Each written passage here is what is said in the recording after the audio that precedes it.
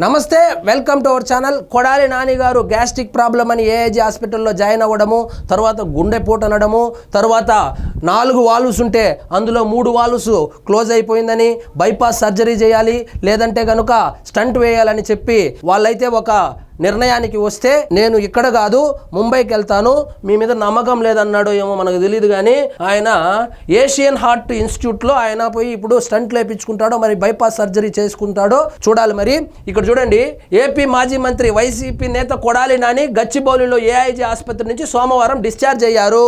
AIG hospital కూడా టీడీపీది అనుకున్నాడేమో, మరి అక్కడి నుంచి అయితే డిశ్చార్జ్ అయ్యి ఇప్పుడు స్పెషల్ ఫ్లైట్ వేసుకొని వెళ్తున్నాడు. ఇక్కడ చూడండి, ఇది ఫ్లైట్ ఇన్ఫర్మేషన్. ఎవరెవరు వెళ్తున్నారంటే మొత్తం 8 మంది వెళ్తున్నారు.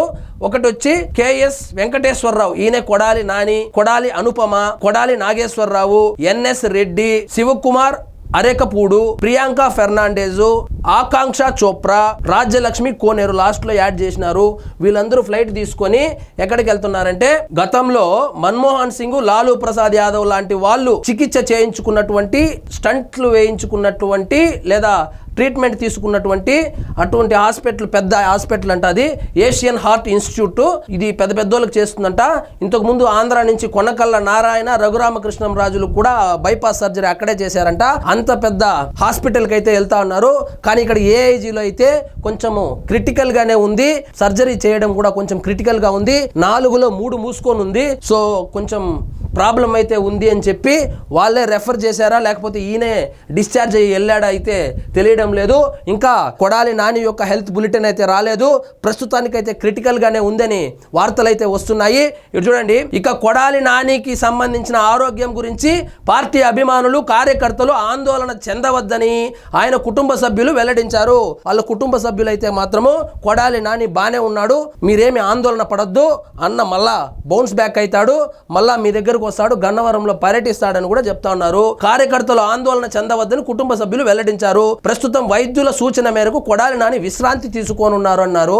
విశ్రాంతి తీసుకునేటట్లయితే ఫ్లైట్ ఎందుకు బుక్ చేసినారు? ఇంతమంది 8 మంది ఎందుకు వెళ్తున్నారో మనకు తెలియదు. విశ్రాంతి తీసుకోమన్నారంట, బాగా స్టేబుల్ గా ఉందని వాళ్ళు చెప్తున్నారు.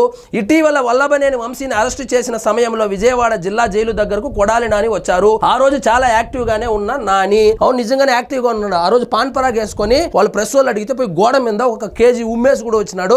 సో ఆ రోజు అయితే యాక్టివ్ గానే ఉన్నాడు. పాన్ పరాగ్ కూడా తింటా ఉన్నట్లయితే విజువల్స్ అయితే కనబడ్డాయి. తర్వాత జీర్ణకోశ సంబంధ వ్యాధి ఉందంటూ హైదరాబాద్ ఆసుపత్రిలో జాయిన్ అయ్యారు. తినేది అరగడం లేదు, నాకు గ్యాస్ట్రిక్ ప్రాబ్లం ఉందని చెక్ చేస్తే, బాబు నీకు గ్యాస్ట్రిక్ ప్రాబ్లం కాదు, ఉండే 4 వాల్వ్స్ లో 3 మూతపడిపోయినాయి, వాటిని ఇప్పుడు తెరవాలా, బైపాస్ సర్జరీ చేయాలా లేదా స్టంట్లు వేయాలా, నువ్వు ఇక్కడే ఏఐజీలో అడ్మిట్ అవ్వని చెప్తే, లేదు నేను డిశ్చార్జ్ అయిపోతాను, నేను ఏఐజీ హాస్పిటల్కి వెళ్ళి అక్కడ పెద్ద పెద్దోళ్ళు చేపించుకున్నారు కదా, నేను కూడా పెద్ద లీడర్ కాబట్టి 5 సార్లు ఎమ్మెల్యేగా గెలిచినాను, మంత్రిగా కూడా చేసినాను కాబట్టి నేను అక్కడే చేసుకుంటాను, నా రేంజ్ వేరని చెప్పి స్పెషల్ ఫ్లైట్ వేసుకొని అయితే వెళ్ళాడు. మరి చూద్దాం, మరి నెక్స్ట్ హెల్త్ బులెటిన్ ఎప్పుడు వస్తుందో. కొడాలి నానికి సంబంధించి కొడాలి నాని మంచి ఆరోగ్యవంతుడుగా తిరిగి రావాలని కోరుకుందాం. ఇదండి ఈ రోజు మన టాపిక్. మీకు ఈ వీడియో నచ్చినట్లయితే లైక్ చేయండి, షేర్ చేయండి, ఛానల్ మాత్రం సబ్స్క్రైబ్ చేయడం మర్చిపోవద్దు.